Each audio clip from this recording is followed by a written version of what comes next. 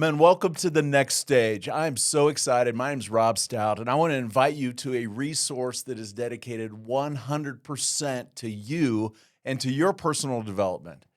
I mean, where else in your life do you have a resource where somebody just wants to pour into you and give you resources every time we chat? That's what the next stage is about. Our mantra around here is Summit Life's Climb. It's all about you taking the next step in life, getting to where you were created to go. And I'm excited to be on this journey with you. It's a journey that I'm on. I'm maybe a little farther down the road, maybe have some things to lend, maybe some pointers. But man, I'm super excited about the next stage. This is the very first one of these podcasts. There's a whole team of us who are working together and super excited to get rolling with the next stage. So welcome to the inaugural first ever episode of the next stage. Today, we're going to dive into a topic that absolutely hits every man I know. That is the topic of going it alone. And here's what I know about you. This is you. So if you're out there listening, watching, whatever, raise your hand, be like, how does he know this is me? This is you. You are a self-starter. You are self-made. You're a go-getter.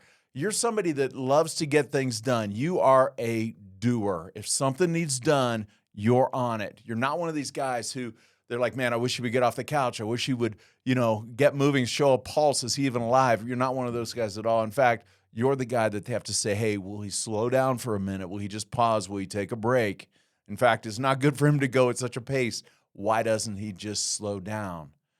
You're a guy who gets things done. Now, time out. If you are a guy who's on the couch, asleep half your life, doesn't have a pulse, we're glad you're here too, and we just hope you get with the program. But I'm talking to men who are self-starters and who are self-made and who get it done and just go at life with a passion. That is a very good thing because people around you rely on you. They love that you're there. They lean on you. You're great at what you do because people depend upon you. They lock into what you bring to the table, to what you have to offer, and you get stuff done. And you're not a guy who's going to die someday and your last thought's going to be, man, I wish I would have done something. You're going to be somebody who looks back at the end of their days and looks at a very fruitful past, who just has poured his life out into different things. However, there is a problem with being somebody who's driven so hard. The destructive thing about that, the problem, although there's so many good things, the problem with somebody who is such a go-getter is that there are some destructive things and some problems that jump in the way, aren't there? For example, I'll bet you carry a lot of people's weight around you. Think about it. How many things are you carrying that belong to other people? How heavy is that backpack that's on your back? I mean, you've got not just your own stuff, the thing you're figuring out in life. You got, maybe you're married. I don't know. Maybe you have an ex-wife. Maybe you have a girlfriend that you're dating, but you've got some of her stuff. Maybe there are kids in your life, your own kids or stepkids or your girlfriend's kids or whatever. You've got things at work and you just carry a lot of weight. The metaphor for your life would be like going backpacking, and it's all fun and you got a plan and you're going up, but you know what? I'm going to grab, this person's stuff and stick it in my backpack. I'm going to grab my buddy Mike. I'm going to grab his stuff and throw it in the backpack. And all of a sudden, everybody else is having a great time around you, but you find yourself really loaded down. I mean, you've got the tent, you've got the food, you've got all the water, you got the sleeping bags, you have all the gear, and everybody else is having a great time, but you feel like a pack mule heading up the trail. Anybody feel like that in life? I know I do a lot. What happens when that hits my life, and I'll bet this is true in your life, is that it creates a deep-seated anger. I mean, you are like the savior in everybody's world. You're the Mr. Atlas, who the picture in the Greek mythology is that Atlas is holding up the globe on his back. And that's what your life feels like. And it creates something inside of you, deep in your gut, that's a deep-seated anger. And I know when that happens in my life, when I start carrying everybody else's stuff and I show up as Super Rob to everybody in my world, It feels good for a while. I mean, it satisfies something deep inside of me. And I'm like, you know what? I'm really valuable around here. But eventually I get really, really ticked off. We get angry about things and we feel like Superman, but all of a sudden we get bogged down and it starts to come out in crazy ways in our life, doesn't it? For example, some destructive tendencies might be able to come out a little bit. Recovery work calls it the cycle of insanity. I go to something that meets a need in my life, and in this case, it would be being big and showing up in other people's lives. I do something that meets a need in my life and meets other people's needs, but it fills something for me. I get bogged down. I get angry. I live out in a cycle of isolation. But eventually I carry more weight because it really does feel pretty good to be so big and large and in charge in other people's lives. I fill more needs. I get angrier. I get more isolated. And eventually I do one of two things. I either explode and kind of vent, kind of volcano going off, or I implode and I start to live in some self-destructive lifestyles. Men, the reason I talk about this topic like this is because I get it. I understand. I went through a prolonged period in my life, and a lot of this podcast of the next stage is going to be sharing with you some of my experiences and not just kind of throwing an emotional smorgasbord on the table. I mean, I've done my recovery work and my therapy in other places. I'm not here to do it in front of you. But I do want to share some stories with you, kind of being a little bit further down the path maybe, or at least alongside of you. Just go, man, I get it. I understand. I get it. There was a prolonged period in my life where going it alone was the thing I chose to do. I had men around me who were with me on my journey several years before, but I had gone through a period where it was really tough. This was called the Great Recession of 2008 through 2012. I had just gone to a new job. I took a new role, and I was in sales. Actually, had come out of the ministry for a season of my life. But I had gotten into a career path, and I thought, you know what? This is going to be great. We're just going to get moving and chart a new course and do some of the other things I loved as a passion on the side. And it was involved in the housing industry. Well, this was in August of 2008. And I thought, you know what? The industry had been down a little bit for a couple years, but man, it was just going to explode. It always did after a recession. Well, those of you who remember what August of 2008 was, remember what October of 2008 was. It was a subprime mortgage crash. And so literally 3 out of 4 housing starts in the United States were completely gone. 3 out of 4. Picture if you're a doctor and 3 out of 4 patients are gone. You can't take care of anybody. If you're in tech and 3 out of 4 of those projects are gone. If you're in engineering and you've got literally 1 out of every 4 opportunities you've had, think of what that would do. My solution at that time was just to work harder. It was to just dig deep and gut it and just go and go and go and go. And eventually I knew I would outrun what was happening and I would just, succeed. That's not what happened. This weight became so heavy in my life that it broke me at a deep level. Again, one of the things we're talking about in the next stage is what happens in real life. And for me, it was medicating what was going on in my life with alcohol. I discovered that if I could just medicate, I could numb what was going on. And so I went to alcohol for an opportunity just to numb what was happening. But eventually it really didn't deliver, and I went back to work, and I was slugging it out every day, and I had 3 young kids at the time and a marriage that was, I was just working on and all of that. But I would go back to alcohol to ease that pain, and it would kind of deliver a little bit, but not really. And I would find myself empty, so I'd go back for more, and it was that cycle of insanity, and it started to break my life. This was all part and parcel of going it alone. Instead, of finding other men who I could lean into and I could just say, hey, I'm really hurting. I'm not doing well. This is really hard. I leaned into my pride and my ability to just be Superman in my world. And I went it alone. And I paid a huge price.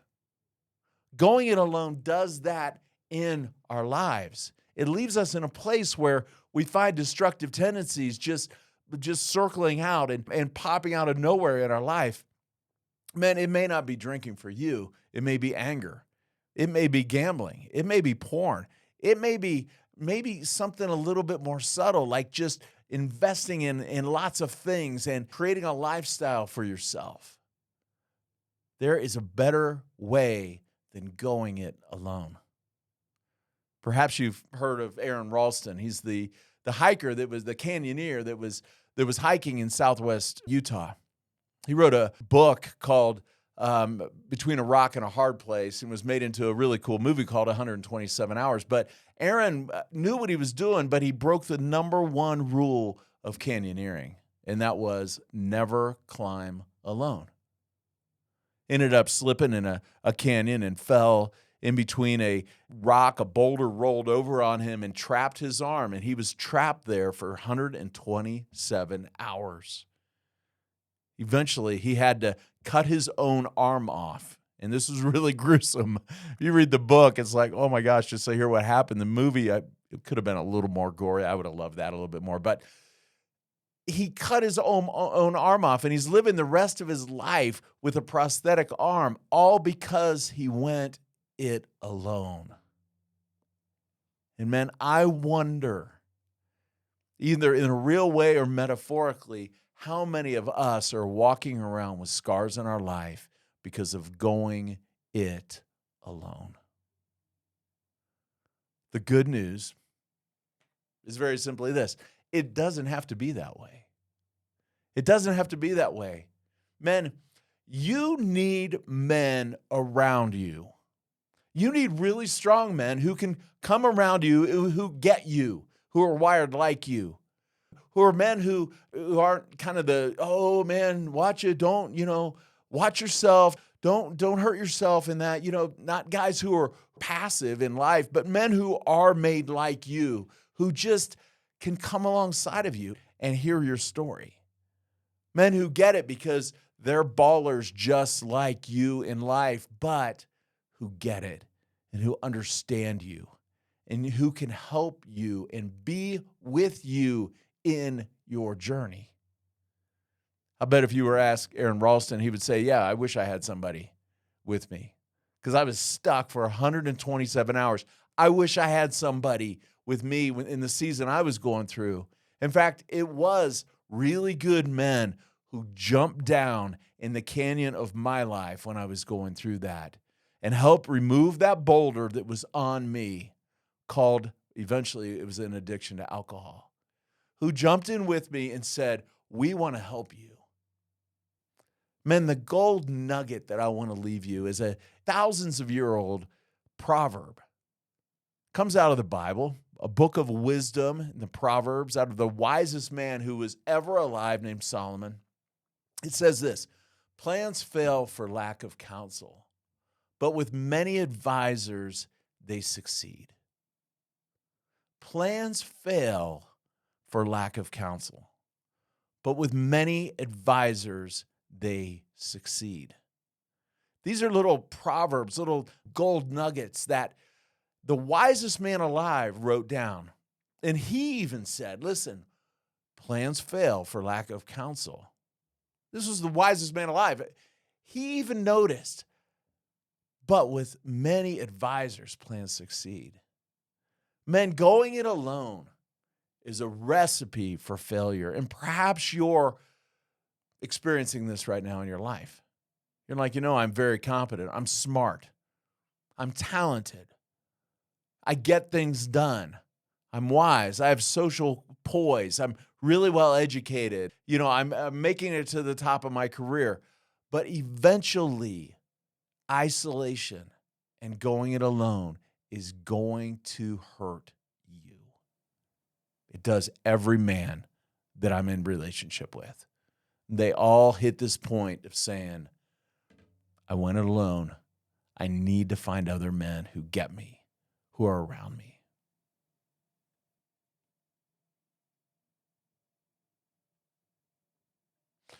I want to ask you this question. Do you see how high the stakes are here in this issue? Perhaps you've gone through this going it alone cycle and you've had a failed marriage. It's okay. Many have. Maybe you've failed in your career because you've gone it alone. You've taken some shortcuts. You didn't have men around you. I'm a sports fan, so I follow a lot of stories in sports. There's a story about Urban Meyer, who's a national championship winning coach who was in a bar one night, his own bar, named after him, and was involved with a young woman who was starting to grind and dance around him. And it's like, come on, man, you're Urban Meyer. You don't know that somebody is sitting about 10 feet away with a cell phone?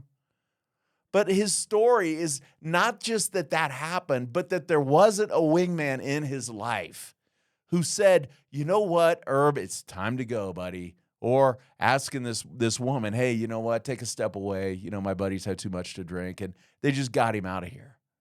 Maybe it has wrecked your life. He lost a job in the NFL because of it. He was also a poor NFL coach. He was great in college, but bad in the NFL. But he lost his job because of that. The organization was like, you don't know. Maybe that's happened to you. Maybe you've damaged your kids. Maybe you've had physical consequences. Maybe you've got high blood pressure or something like that in your life. But there are marks all over your life of going it alone. Men, the stakes are high, but it doesn't have to be that way. You can live a different way. It is not, if you're at a stage in your life where you might be like, hey, listen, this is as good as it gets. This is not as good as it gets. You can have a cycle of change in your life that takes you in a totally different trajectory in your life. The call to action that I want to invite you to today is very simply this. Let us help you summit life's climb. Let us help you lean into what we're talking about. Lean in, listen, pass this along to other men. Let's create something unique around the globe where men from all over the world can listen every week, every other week, and listen to it and pass it along and allow this stuff to sink into your life. I would invite you to lean into something that is 100% dedicated to helping you summit life's climb.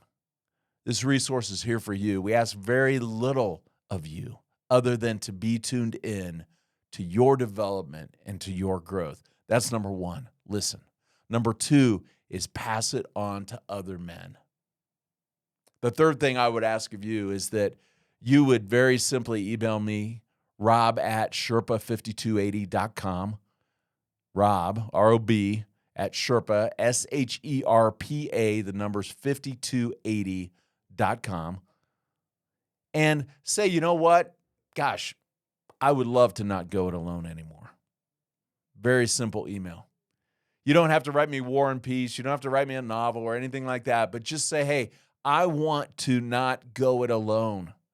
Because here's what the vision is to put men together in what we're calling ascent teams.